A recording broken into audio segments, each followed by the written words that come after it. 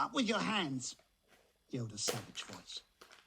A handsome, tough-looking boy of 9 had popped up from behind the table and was menacing him with a toy automatic pistol, while his small sister, about 2 years younger, made the same gesture with a fragment of wood. Both of them were dressed in the blue shorts, grey shirts, and red neckerchiefs, which were the uniform of the spies. Winston raised his hands above his head, but with an uneasy feeling. So vicious was the boy's demeanour that it was not altogether a game. "You're a traitor," yelled the boy. "You're a thought criminal. You're an Eurasian spy. I'll shoot you. I'll vaporize you. I'll send you to the salt mines." Suddenly they were both leaping around him, shouting, "Traitor!" and "Thought criminal!" and the little girl imitating her brother in every movement. It was somehow slightly frightening, like the gambling of tiger cubs, which will soon grow up into man-eaters. There was a sort of calculating ferocity in the boy's eye, a quite evident desire to hit or kick Winston, and a consciousness of being very nearly big enough to do so. It was a good job it was not a real pistol he was holding, Winston thought. Mrs. Parsons' eyes flitted nervously from Winston to the children and back again. In the better light of the living room, he noticed with interest that there actually was dust in the creases of her face. "They do get so noisy," she said. "They're disappointed because they couldn't go to see the hanging. That's what it is. I'm too busy to take them, and Tom won't be back from work in time." "Why can't we go and see the hanging?" roared the boy in his huge voice. "Want to see the hanging, want to see the hanging," chanted the little girls, still capering round. Some Eurasian prisoners, guilty of war crimes, were to be hanged in the park that evening, Winston remembered.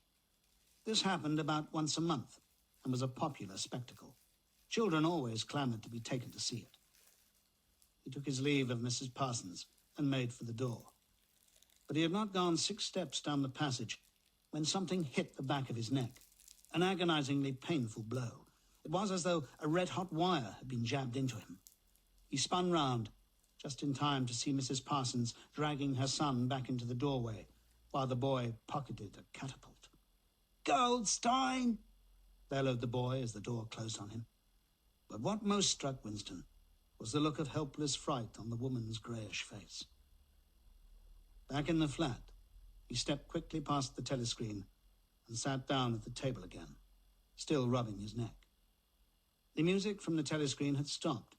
Instead, a clipped military voice was reading out, with a sort of brutal relish, a description of the armaments of the new floating fortress which had just been anchored between Iceland and the Faroe Islands.